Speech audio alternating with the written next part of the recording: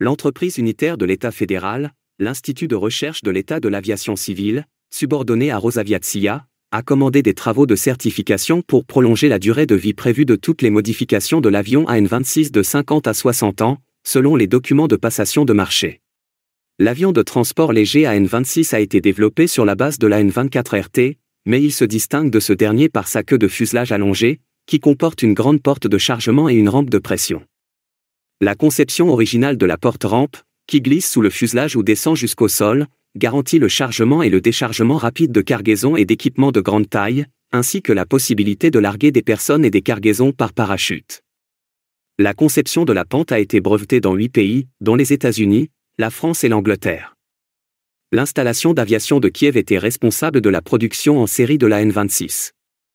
De 1969 à 1986, un total de 1398 avions ont été construits.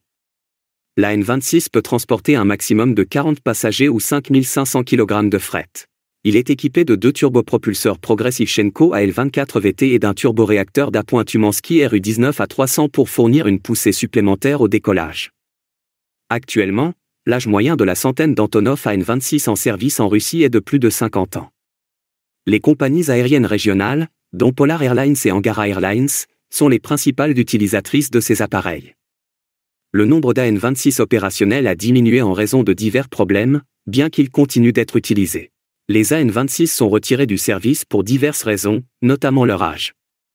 Les sanctions actuelles contre la Russie ont rendu l'entretien des avions vieillissants économiquement irréalisable en raison de l'augmentation des coûts de maintenance et de la difficulté d'obtenir des pièces détachées. En outre, l'exploitation de ces avions a été compliquée par les défis posés par les sanctions et l'approvisionnement en pièces, qui ont rendu difficile l'acquisition par les compagnies aériennes des pièces et équipements nécessaires. En outre, les progrès technologiques ont permis de développer de nouveaux modèles d'avions plus efficaces, plus économes en carburant et plus conformes aux normes environnementales actuelles. Par conséquent, les modèles plus anciens deviennent moins désirables. Enfin, l'exploitation d'avions plus anciens tels que la 26 peut être limitée par des contraintes réglementaires, telles que des restrictions sonores et des normes de sécurité dans certaines régions. Après les modifications requises, la durée de vie opérationnelle de l'avion devrait passer de 20 000 à 26 000 heures de vol jusqu'à la prochaine révision importante résultant des travaux. Le nom de l'entrepreneur n'est pas divulgué, mais un contrat d'une valeur de plus de 7 millions de roubles a été signé le 5 mars à l'issue d'une procédure d'appel d'offres à fournisseur unique. La tâche doit être achevée d'ici le 26 janvier 2028. Angara, Air Aero et Polar Airlines, parmi d'autres compagnies aériennes régionales, avaient précédemment demandé une prolongation de la durée de vie des avions de transport AN26 de l'ère soviétique et de leur variante passager, AN24. Une centaine de ces avions étaient encore en service en Russie à la fin de 2023, avec un âge moyen de 50 ans. Les compagnies aériennes ont lancé un avertissement selon lequel un quart de la flotte serait suspendue dans moins de 5 ans. Les opérateurs ont fait remarquer qu'il n'existe actuellement aucun substitut aux AN24 et AN26. De nouveaux avions régionaux, tels que l'IL-1143 et le Ladoga, sont actuellement développés par l'industrie aéronautique, mais leurs livraisons ont été reportées. Alors que le plan initial prévoyait une livraison en 2024, le Comprehensive Aviation Industrie Développement Programme prévoit que les 3 premiers IL-1400, qui peuvent accueillir jusqu'à 68 passagers, seront livrés en 2026.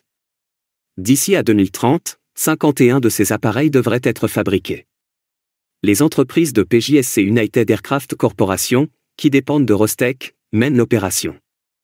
Anton Alikhanov, ministre russe de l'Industrie et du Commerce, prévoit que la certification de l'IL-1143 sera finalisée d'ici la fin de l'année 2025.